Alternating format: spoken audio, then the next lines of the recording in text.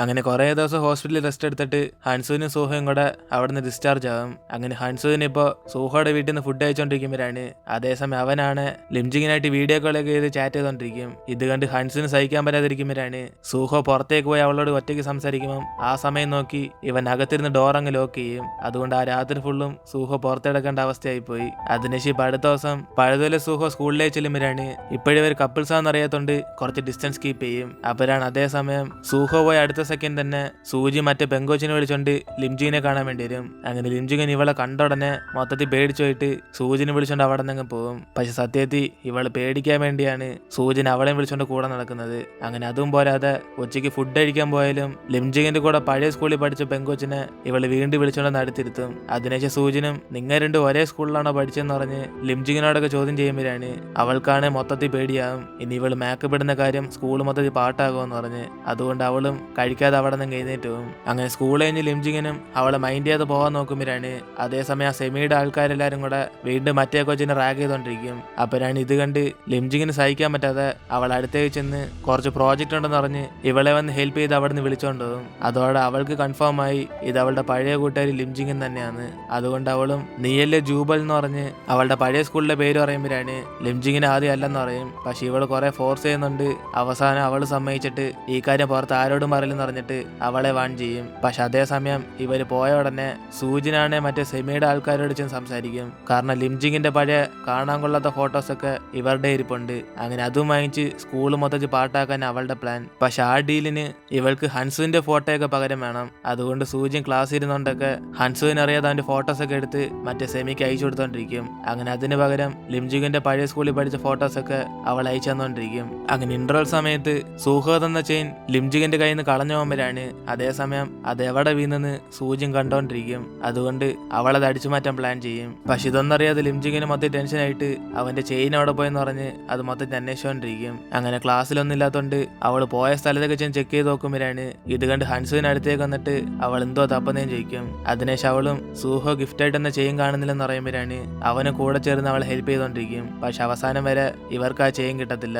അങ്ങനെ അതുകൊണ്ട് അവളും ക്ലാസ്സിൽ ടെൻഷനായിട്ടിരിക്കുമ്പോഴാണ് ഈ കാര്യം സൂഹോ മനസ്സിലാക്കിയിട്ട് അവൻ അവൾ ഹെൽപ്പ് ചെയ്യാൻ വേണ്ടി പുറത്തേക്ക് ചെന്ന് അന്വേഷിച്ചുകൊണ്ടിരിക്കും. അപ്പോഴാണ് അതേസമയം അവിടേക്ക് സൂചിനും വന്നിട്ട് ഈ ചെയിനാണ് അന്വേഷിക്കുന്നതെന്ന് പറഞ്ഞ് അവൾ അതെടുത്ത് തീക്കകത്തങ്ങിടും. ഇതുകൊണ്ട് സൂഹോ ദേഷ്യത്തെ അടുത്തേക്ക് വരുമ്പോഴാണ് സൂചിനും ദേഷ്യത്തി ഇവളെക്കാല് ലിംജിങ്ങിന് എത്രമാത്രം ബെറ്ററാന്ന് പറഞ്ഞ് അവൾ അസൂയപ്പെട്ട് ചോദിക്കും. അപ്പോഴാണ് സൂഹോ ഇതെല്ലാം മനസ്സിലാക്കി ഇവളെ കഷ്ടപ്പെടുത്തിട്ടുണ്ടെങ്കിൽ ഞാൻ സോറി പറഞ്ഞിട്ട് അവനിഷ്ടം ലിംജിങ്ങിനെന്ന് പറയും. അങ്ങനെ അതുകൊണ്ട് അവനും ഇനി ആ ചെയിൻ കിട്ടത്തില്ലെന്ന് അറിഞ്ഞ ഉടനെ അതേപോലെ ഒരു ചെയിൻ അവൻ കടയിൽ ചെന്ന് വാങ്ങിക്കാൻ വേണ്ടി പോകും. കാരണം ഇപ്പോഴും രാത്രിയായിട്ട് ലിംജിങ്ങിന് ആ ചെയിന് വേണ്ടി സ്കൂളിൽ തന്നെ തപ്പിക്കൊണ്ടിരിക്കുക.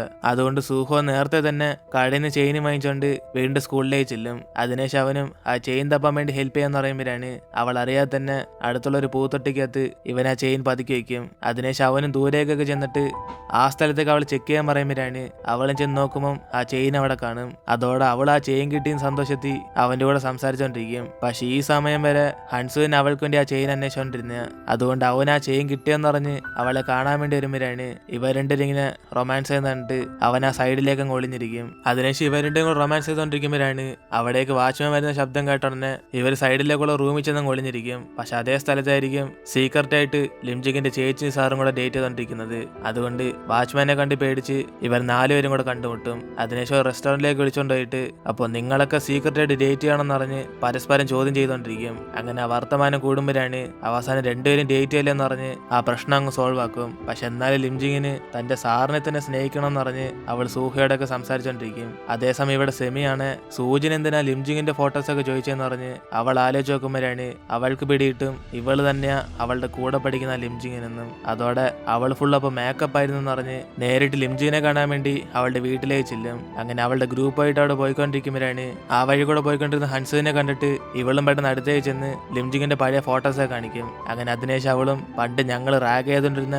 ഒരു കാണാൻ കൊള്ളാത്ത പെങ്കൊച്ച ഈ ലിംജിങ് എന്ന് പറയുമ്പോഴാണ് ഇതെല്ലാം കേട്ട് ഹൻസുവിന് ദേഷ്യം വന്നിട്ട് ഇനി മേലെ ഇതേപോലെ പുറത്തൊന്നും പറഞ്ഞെടുക്കില്ലെന്ന് അവളുമാര് പേടിപ്പിച്ചങ്ങ് വിടും. പക്ഷെ ഇത് കേട്ട് അവർക്കൊന്നും മനസ്സിലാവത്തില്ല ഇത്ര സുന്ദരനായ നീ എന്തിനാ ആ കാണാൻ കൊള്ളാത്ത ലിംജിങ്ങിന്റെ പുറകെ പോന്നേന്ന്. പക്ഷെ അവനാണ് എല്ലാരെക്കാളും ഇവളുമാരെ മോശം എന്ന് പറഞ്ഞിട്ട് അവൻ അവിടെ നിന്ന് പോകും. അതിനുശേഷം ഇവിടെ സൂഹോ ലിംജിനെ കൊണ്ട് വീട്ടിലാക്കുമ്പോഴാണ് അവനാണ് ഇതിനു മുമ്പ് പ്രാക്ടീസ് ചെയ്ത പോലെയൊക്കെ ഇപ്പൊ അവളുടെ കൂടെ റൊമാൻസ് ചെയ്തോണ്ടിരിക്കും. അങ്ങനെ ഇവരിങ്ങനെ ഹാപ്പി ആയിട്ട് ഡേറ്റ് ചെയ്തോണ്ടിരിക്കുമ്പോഴാണ് അടുത്ത ദിവസം ട്വിസ്റ്റ് ആയിട്ട് ഇവള് സ്കൂളിലേക്ക് കയറിയ ഉടനെ പിള്ളേരെല്ലാരും കൂടെ ഇവളെ കുറിച്ച് ഓരോന്നൊക്കെ സംസാരിച്ചോണ്ടിരിക്കും. പക്ഷെ അവൾക്കൊന്നും മനസ്സിലാവാതെ ക്ലാസ്സിലേക്ക് കയറുമ്പോഴാണ് അവരെല്ലാരും ലിംജിങ്ങിന്റെ പഴയ ഫോട്ടോസൊക്കെ കാണിച്ചിട്ട് ഇത് ഇവളാണെന്ന് പറഞ്ഞ് എല്ലാരും കൂടെ ചോദ്യം ചെയ്യാൻ തുടങ്ങും. അതോടെ ലിംജിങ് മൊത്തത്തിൽ ഷോക്കായി പോകും. ഇവളുടെ സത്യം സ്കൂൾ മൊത്തത്തിൽ പാട്ടായെന്ന് പറഞ്ഞ്. അതുകൊണ്ട് അവൾ മൊത്തത്തിൽ പേടിച്ചിരിക്കുമ്പോഴാണ് ഇവരെല്ലാരും ഓരോന്നൊക്കെ സംസാരിക്കുന്ന കേട്ട് അവൾ പെട്ടെന്ന് അവിടെ നിന്ന് ഓടിപ്പോകും. അപ്പോഴാണ് അതേസമയം അവിടേക്ക് വരുന്ന സൂഹയും ഇവൾക്ക് എന്തോ പറ്റിയെന്ന് പറഞ്ഞ് അടുത്തേക്ക് ചെല്ലുമ്പോഴാണ് അവളാണ് ഇപ്പൊ മൊത്തത്തിൽ നാണം കെട്ടതുകൊണ്ട് അവൾ അവിടെ നിന്ന് ഒറ്റ ഓടിപ്പോകും.